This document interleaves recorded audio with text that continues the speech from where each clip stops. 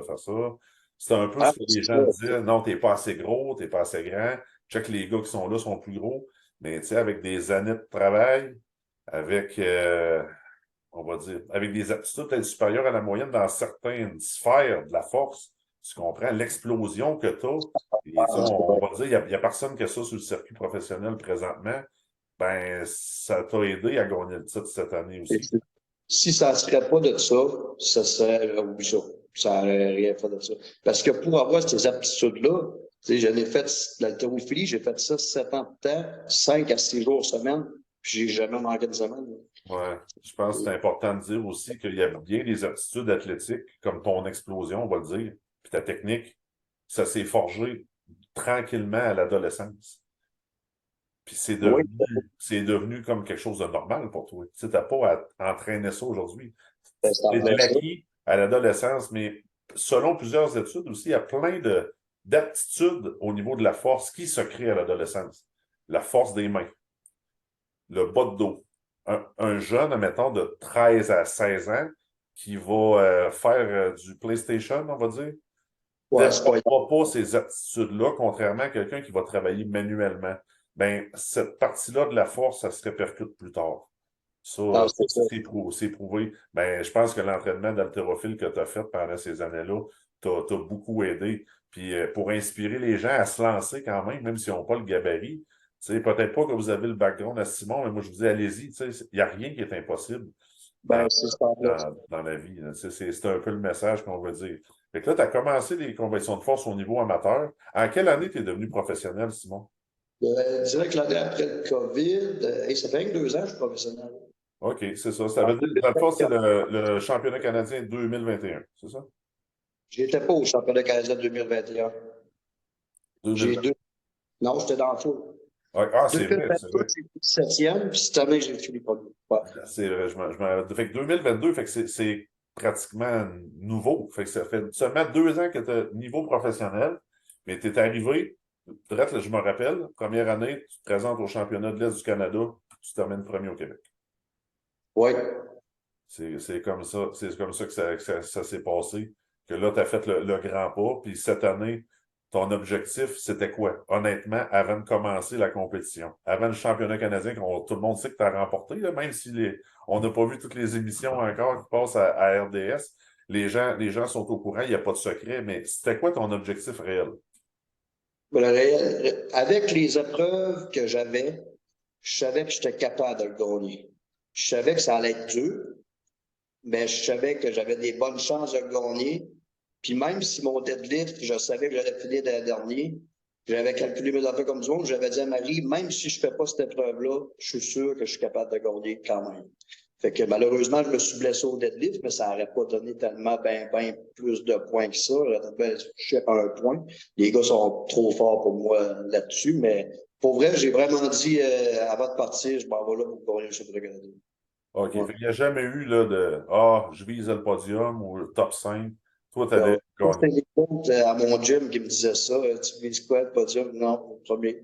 À Ça. tout le monde à partir, j'ai dit premier, premier, premier. Ouais, ben, c'est un bon mindset parce que je vais être franc avec toi, je me suis jamais présenté quelque part en voulant finir quatrième. Des fois, c'est ce qui Alors, arrive. c'est la place que tu peux finir ça, puis troisième. Ouais, mais tu sais, il faut que tu le voies. Il faut que tu le voies ici. Ça, c'est très important. Fait que là, tu réalises ton objectif de devenir champion canadien. Il y a eu quelques autres compétitions par la suite, mais rien de majeur. 2024 s'en vient, Simon. C'est quoi tes objectifs, on va dire, à court et long terme? Puis comment tu entrevois la saison qui s'en vient? Pour longtemps. C'est sûr que là, la saison recommence supposément le 2 mars. Fait que ça serait de commencer en force avec une bonne victoire pour s'en remettre dedans. C'est sûr, ou un podium. Tu sais, pour commencer, là, le calibre, ça en vient haut. Fait qu'on peut pas toutes les gagner, les compris. T'as bien beau vouloir. C'est ça qui est rendu le fun au Canada. Le calibre est très, très serré. Puis on sait jamais qui va gagner en commençant. Puis après ça, ben là, avant le Canadien, il y a le Nord-América cette année. Fait que moi, ça serait de faire un podium au Nord-América. Je pense que ce serait un exercice, un objectif réalisable. Puis défendre mon titre aussi de champion canadien. Par OK. la suite, on verra si il me reste encore des morceaux, mais on a le OSG c'est les 3 meilleurs Canadiens cette année pour la qualif pour le World Strongest, si je ne me trompe pas. Ouais. C'est sûr que ce serait l'objectif ultime de l'année de pouvoir se classer pour aller au World sûrement en 2025. OK. Bon, mais c'est des bons objectifs. Et là, ce qu'on voit, c'est que là, si tu montes d'une coche, championnat nord-américain qui s'en vient à la fin juillet du côté de Victoriaville, ça va être ta première expérience, on va dire, internationale d'homme fort. Là. Ça va être la plus grosse compétition, justement. Et du côté de Victo, puis cette année, on a également on a eu une grosse saison en 2023 à Victoriaville. On a eu des très, très bons athlètes. On entrevoit quelque chose de plus gros l'an passé. Je ne peux pas tout dire les détails parce qu'on est en train d'organiser ça. Mais le calibre va être très, très relevé au championnat nord-américain. Puis l'an dernier, les Canadiens, même si ce n'est pas un Canadien qui a remporté, l'équipe du Canada a remporté les honneurs. Ouais, c'est ça. Ouais. Ça, c'est les États-Unis. Mais cette année, je vous le dis, ça sera pas facile encore. Mais l'an passé, je dirais que le Canada a gagné quand même de façon assez facile. Oui. Ben, quand c'est facile, c'est plate. Ouais. Moi, j'aime pas ça. J'aime ça quand. Tu sais, je me souviens quand j'étais au Canada. D'habitude, je suis pas quelqu'un de stressé en compétition. Puis, à la dernière épreuve, au Canadien, au medley, j'étais contre Fred. Le cœur voulait me sortir du corps. Puis, je me rappelle, j'ai décollé en plus. Puis, quand j'ai ramassé ma première poche, mon bicep a déchiré. Puis après ça, je me souviens plus de rien. Je me souviens juste d'avoir viré de bord. Puis, quand je me suis viré de bord, j'ai vu Fred qui était malheureusement pas capable de finir l'épreuve, mais je le savais que j'avais gagné. J'ai tombé à terre, je me suis embrouillé. Mais, mais tu sais, c'est quelque chose à vivre. C'est tout. Il n'y a pas rien sur la terre, je pense, qui fait ça. Des moments de même, c'est fou. Non, non, c'est sûr, c'est des souvenirs qu'on se rappelle longtemps. Mais moi, je suis convaincu que tu vas en avoir d'autres, des moments comme ça. Ah, j'espère, c'est Et c'est un très, très bon début. Simon, il y a peu d'athlètes qui peuvent se vanter d'avoir été champion canadien. Il n'y en a pas eu des tonnes dans le passé, parce que la plupart des champions canadiens, jusqu'à maintenant, ont gagné de multiples titres. Fait qu'il faudrait Ouais. prendre le temps de compter combien qu'il y en a eu, mais d'après moi, c'est pas plus que 10 personnes qui ont En tout, remporté ce parce que titre. j'en ai gagné 9. Ouais, Hugo en a gagné 6, Christian Ça, c'est Sabouin 2. 4. Ça élimine beaucoup, beaucoup d'années. Là. Fait que ça doit être à peu près une dizaine d'athlètes seulement qui ont remporté le championnat canadien, mais je vais vous dire, je prévois qu'une domination de 5, 6 titres d'affilée dans les prochaines années, ça va être difficile parce que le calibre est très, très rapproché. C'est comme si cette année, c'était très, on va dire, tu as gagné avec quelques points d'avantage, mais aller jusqu'à la dernière épreuve, c'était une bagarre. Ah oui, je te dis, il n'y a personne qui. En arrière, la dernière épreuve, on faisait tous des jokes d'habitude. Là, il n'y a personne qui se parlait. Toutes ces choses-là qui savaient qu'il y avait moi, Joey, puis Fred qui se battaient pour les places sur le podium. On n'avait personne qui. Non. Personne qui avait le goût de faire de jokes. Le stress avait monté d'une cloche.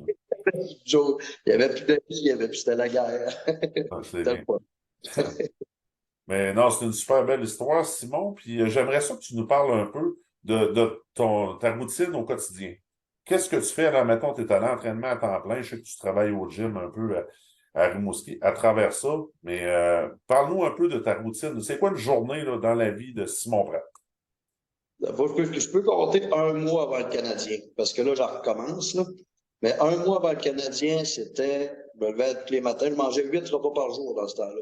J'ai quand même arrivé au Canadien à un poids de 270 livres. Là, c'était pas mal c'était ma meilleure shape à vie.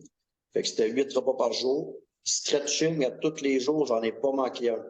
Avec ma blonde, à tous les soirs, c'était une demi-heure de stretching au coucher. Puis on faisait 5 trainings par semaine. En plus de ça, j'avais une fois le chiro par semaine, puis une fois le masso par semaine. Fait que c'était quand même des semaines très chargées. Puis moi, je travaillais quand même 50 heures semaine au travers de ça. Tu sais, j'avais pas de. Fait que c'était comme être. C'était comme en prison, mais tu as le droit de voir du monde. Tu fais pas d'autre chose, tu vas pas avec tes chums au restaurant, tu vas pas avec tes chums au bar, tu vas pas, tu vas travailler, tu vas chez vous, tu fais tes affaires, tu t'entraînes, tu t'en reviens chez vous te coucher. Ça ressemblait pas mal à ça, là, mais ça a marché, tu sais. Ouais, ça, il n'y a pas de secret. Parce que ça, il faut le dire aussi, tu es quelqu'un qui travaille, tu as un job à temps plein. Tu dis que tu fais 40, 50 heures par semaine, fait que tu n'es Ouais, pas un athlète je fais 40 heures de réception de gym, plus je fais des plans d'entraînement, des fois ça va jusqu'à 60 heures, parce que c'est bien beau rencontrer des gens dans le gym, mais il faut que tu les fasses avant, ces Ouais. programmes-là. C'est de l'ouvrage pas mal. Puis là, tu n'as pas mangé, tu n'as pas fait ton stretching, tu n'es pas entraîné encore. Je me couchais vers 11h, minuit le soir, puis à 6-7 heures le matin, j'étais reparti. Ça ressemblait vraiment à ça. Ouais. C'était ta routine là, pendant la saison. Puis une question que je vais te poser, parce que je la pose souvent aux athlètes, t'es-tu un athlète qui a des habitudes ou des superstitions avant une compétition? Ouais. Oui? Ouais. Comme des fois, je me blessais avec des équipements, puis ça me fatiguait. Tu sais, à un moment donné, je m'avais déchiré les cuisses, puis j'avais un chandail. Ben, ce chandail-là, je ne l'ai jamais remis pour faire du squat. C'est toutes des petites affaires de même, là. Je suis beaucoup là-dessus. C'est niaiseux, c'est ridicule, mais je suis le même, moi. OK. Fait qu'on pourrait dire que t'es un peu superstitieux. Ouais. Si je me blesse avec de quoi, c'est sûr, je ne remettrai plus ça pour faire ça. Je comprends. Bon, mais je te remercie, Simon. Puis avant qu'on se parle, avant qu'on se quitte, excuse-moi, ce que je veux, c'est quel conseil tu aurais à donner à un jeune qui veut se lancer dans des compétitions de force? Un peu importe le sport, que ce soit de l'haltéro, du powerlifting, des hommes forts. Il y en a beaucoup qui se posent la question, je devrais-tu faire ça? Ça serait quoi ton message que tu pourrais envoyer à ces jeunes-là qui t'écoutent aujourd'hui? La première des choses, c'est si tu veux faire de quoi, tu le fais, puis c'est tout. Puis tu n'écoutes pas ce que les autres te disent autour. Parce que ces gens-là, première des choses, le monde ils connaissent pas ça, ils savent rien, puis ils n'ont jamais rien accompli dans leur vie, ce monde-là. Fait que toi, ce que tu as fait, c'est fait ce que tu as fait, puis lui prouver le contraire. Moi, c'était ma motivation, ça a toujours été ma motivation. Puis moi, c'est ça qui est le fun, parce que même encore en étant champion canadien, tout le monde va me sous-estimer tout le temps. Fait que moi, je le soir, tous les soirs, je pense à ça, puis je vais vous prouver tout le temps le contraire. C'est tout le temps de même que je me motive et je me crains. T'sais. Fait que c'est vraiment de ne pas écouter ce que faites ce que vous avez envie de faire. Pas du monde autour, puis ça va bien aller. Vous allez voir. Au pire, tu vas échouer, puis tu iras ailleurs. Ça, c'est pas grave. Moi, ça m'est arrivé quand j'étais en haltérophilie, j'ai vu que ben, je n'aimais pas ça, finalement. J'ai arrêté ça, j'ai changé. J'ai déjà fait du karaté, puis je suis pas bon dans le karaté. Je vais changer. J'ai fait de la natation, j'ai joué au soccer. Le soccer, j'étais bon. Mais, tu tombes d'affaires comme ça. Faut que tu essayes dans la vie. Puis, à un moment donné, tu trouves. Moi, j'ai trouvé, ça a 20 ans que j'ai trouvé ma vocation dans la vie. Moi, c'est ça que je veux faire le plus longtemps possible. C'est ça, c'est de pas avoir peur du jugement des autres, puis C'est de en ne pas plein ça. avoir peur d'essayer. Parce que C'est en quand plein on n'essaye pas, c'est vrai qu'on peut avoir des regrets plus tard. Au pire, il ne faut pas avoir peur de l'échec. On va dire ça comme ça. c'est en plein ça. C'est pas plus grave que ça. Bon, mais super. Ben, je te remercie beaucoup de ton temps, Simon. Puis on va te souhaiter une super bonne saison qui s'en vient, saison 2024. Sans blessure, je l'espère. Oui, Puis on te oui. souhaite également un bon succès là, parce qu'on sait que tu es qualifié pour le championnat nord-américain. Et tu vas retourner défendre ton titre de champion canadien cette année. Fait qu'on te souhaite bon succès là-dedans. Puis une longue carrière, Simon. Ouais, on va vous montrer un Simon 2.0 cette année. Vous allez voir, ça va changer un peu. Merci, Simon. Bonne soirée.